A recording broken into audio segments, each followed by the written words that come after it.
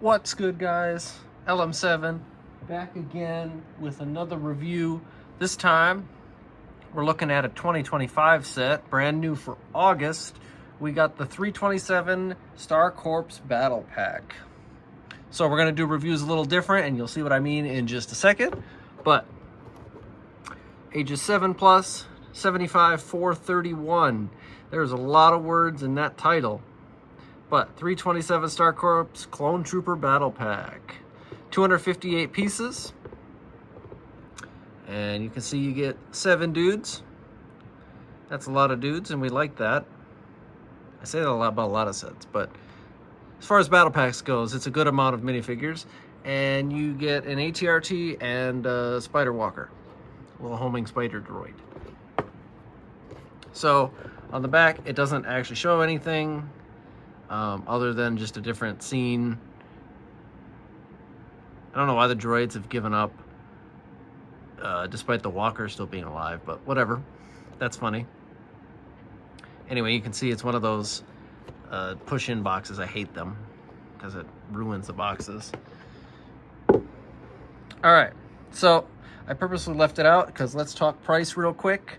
And then we will look at the build because if you didn't notice, the set isn't here. So, first and foremost, it is $45 in the US and $50 in Canada. So Canada has a slightly better deal on this one. But honestly, it's a little much for a battle pack. I could see if they're going to stop doing 2 different sets as a battle pack and they're just going to do one slightly bigger set with a whole bunch of guys in it and make it be $30, $35. But $45, $50, ooh, this one does not have a great ratio. But you either get it on sale or at retail, or you don't get it at all. It's unfortunately how it is nowadays. So you'll have to see if you like it enough to spend that kind of money. Personally, let's start off with saying I think it's pretty expensive, considering there are other sets that are more pieces and less money and bigger stuff, you know. All right, so you get 2 instruction booklets. The first one is exactly what it shows you, the droids in their entirety, and 23 pages, so, you know, 15, 20 minutes tops, maybe. Nothing too crazy. Your second book is a little bigger. I think it's a little odd that they put the droids on this one too, considering they should have just put the Clone Walker, but what do I know? I'm not a designer. Do I have a finished picture? Yes, I do. Here we go. 102 pages in this book, so significantly longer, but the ATRT really isn't that crazy. So, I don't know, hour or less for the whole set, if that. I think it took me 40-ish minutes, but I was also streaming. So probably 30 if you're a quicker builder. But, all right, so new feature in these reviews is trying something different. So, with further ado, I'm gonna do some editing magic and you're gonna see me build the set. And then we'll come back and take a look at it. So I'll see you guys in a minute.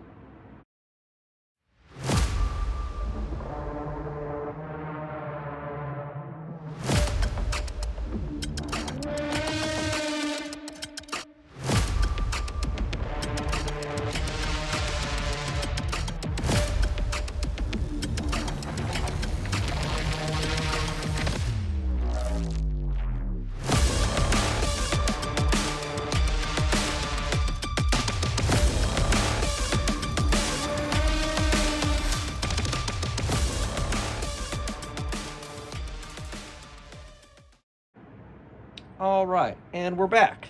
So, you saw me build the set. I'm gonna try to do that. Some of them will be from live stream, some of them will just be time-lapse builds, but I'm gonna try to incorporate that because I personally like it. So, and I'll try to make them short enough that they're not, you know, make the videos 2,000 minutes long. Anyway, let's look at the set. So, like I said before, you have 7 minifigures. And we'll start off with the Clone Troopers. So you get 4 identical clone troopers, and they just have different weapons and stuff. So this one is the quote-unquote leader guy, the commander, because they give him this new antenna piece, which I kind of like. They also used it in the new Jango Fett set too. And he's a commander because he gets the antenna and some binoculars and a pistol instead. Like I said in stream, I wish they'd make up their mind if the 327 is going to be bright yellow or orange yellow or orange. But this time we're going with super bright yellow. And honestly, I'll probably say it's a lot for the sets in this particular wave. They're too expensive, but the minifigures are so good. Like, if these sets were all just a little cheaper, this would be such a fantastic wave. And it's not a bad wave, but it is high on the wallet. But you can see we get some foot detail. No arm printing on this guy, but there are other sets in this wave where the arm printing is pretty nice. His back detail. The clones obviously have Jango face. No double-sided head. And they have the new plastic shoulder pauldron. I don't hate it. I think it's all right, but obviously the consensus was the fabric ones were better. I don't actually hate these, and I do understand why LEGO would do them, but I also understand why people are upset that the fabric is gone. To each their own. Plenty of people make custom ones if you really, really want it. So you get 4 clone troopers, and the only difference is, like I said, they get different weapons. Like this one has a sniper, and the other 2 have normal guns. Clones also get a tiny little cannon, which is identical to the Mandalorian battle pack I reviewed just a little bit ago. On its little legs, and just a stud shooter. And then your other 3 minifigures are 3 super battle droids, which we haven't seen in a while, but they're not any different. They are not the rocket arm ones either, so just normal standard battle droids. Hopefully the waists, the clip is a little better, because I found that the clips kind of disintegrate after time, so maybe, I can't tell just from looking at it without others to compare if the waists are a little thicker or not. I guess we'll see in time. Alright, so as far as like battle pack goes, this would be a great army builder if it wasn't so expensive. And I promise I'm not going to just say that 1,000 times, but it really is. I might even army build again if this wasn't, you know, like wallet breaking. So our first main part of the build, which you start off with, is the spider, the Dwarf Spider droid.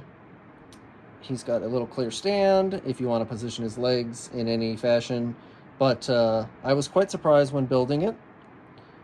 The leg joints, which are different, and they're on like a new little hinge here.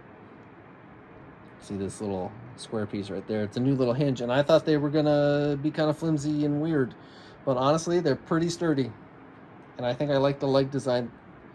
It's a little clunky looking, admittedly, but I think overall function is good. I like how they did the eyeballs on this one. And the main gun still moves up and down. So not super different than other ones we've seen in the past, but they've ditched using that the little ball and socket turntable joint that they use for gunship guns and stuff. So they brick built the top of the head instead. And I think it looks better. I don't know if this is my favorite one, but he's not terrible. He's pretty good. He does have good range of motion, and you can do some interesting poses with him. So let me see, I want to just tilt him up. So like there, something weird so you can aim at stuff in the air. You can obviously take the time to make his legs look better, but to get the point across. And then our last part of the set is the clone version of the battle pack, and they come with a ATRT. So similar to the 501st ATRT that came in the last clone battle pack that was bigger like this. Just this one is yellow. I don't think I really love the yellow, to be honest. I know it's their colors, but I think the bright yellow is a little much. And my only other negative is I don't like, I know why they did it, obviously, for play features and stuff, but I don't like this as the main gun. Do not like it. Looks weird. They could have at least put it on a ball joint, but it only goes up and down. It doesn't swivel, which is a little unfortunate. They probably could have made it the dull chrome gray color like the little other cannon is, because it's weird that they're two different colors, but what can you do? So anyway, the front, I think this design is pretty good. As far as ATRTs go, you know, they're still too big, but this one's smaller, so it's closer to actual proportion, but still pretty large. The legs do move as expected, and so do the feet. It's a little lopsided if you move the legs too differently, so not going to do anything crazy there. You get some gun racks on the back for whoever's riding, and your antenna can move up and down if you want to for whatever reason. And obviously you can see that there's a clone trooper on there. If you hate stickers, this is going to be sad to you, but there's quite a few in the front, 5 on the ATRT, and they're all right there. So you do all of them at about the same time, which is a little unfortunate. But you can ignore them in this case. Honestly, I do like how they shaped this ATRT, despite it being a little big. And I was really worried about the feet being huge and clunky, but after building it and seeing it in person, they're pretty good, honestly. You know, they're adding little details for joints and stuff. That's a nice touch. And the little claw on the front of the foot is a nice touch too. So I was worried that the feet were going to be like huge and unsightly, but they're not terrible. So to wrap this one up, because there isn't a ton to talk about, it goes well with the new MTT, which was kind of the point of this set. Obviously, we'll get to reviewing that soon. But like I said, this is probably going to be the tagline of this wave. It's a pretty decent set, all things considered. It just costs too much money. And that's really the bottom line. It's a pretty good battle pack, and if it was the same price as the other one that came out, I think last year or the year before that, the one with the Tri-Droid, if it was $30, the set would be great. I don't disrecommend the set, but I would either, if you have Lego points, use it, or try to find it on sale somewhere.